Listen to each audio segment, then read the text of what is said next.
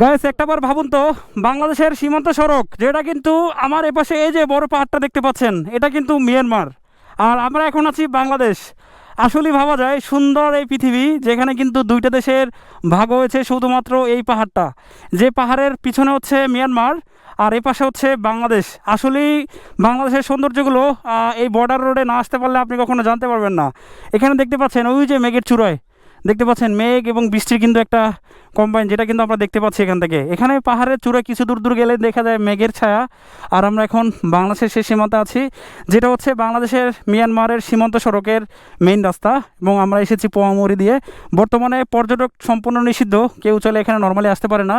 আমরা দুইটা গাড়ি আমাদের এক স্থানীয় ভাইয়ের মাধ্যমে পারমিশন নিয়ে এসেছি আশা করি।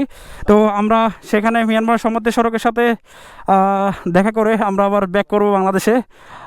বাংলাদেশে বলতে বাংলাদেশই থাকবো, বাংলাদেশের বাইরে যাব না। তো এখানে হচ্ছে রাস্তাগুলো ভাই দেখে অসাধারণ, মানে একটাবার ভাবা যাবে না যে আসলে বাংলাদেশের সৌন্দর্য বাংলাদেশ সরকার কত সুন্দরভাবে নিখুঁতভাবে আসলে করে রেখেছেন, যা কিন্তু আমরা না আসার কারণে জানতেও পারি না যে আসলে আমাদের বাংলাদেশের সৌন্দর্য কোথায় কীভাবে আছে। এই সীমান্ত সড়কে কিন্তু বেশ অনেকবার গিয়েছি, বাট তারপরও ভাই এই জায়গার মন ভরে না। সো আপনাদের জন্য যখন উন্মুক্ত করা হবে, আশা করি আপনারা এই জায়গাগুলো ঘুরে যাবেন।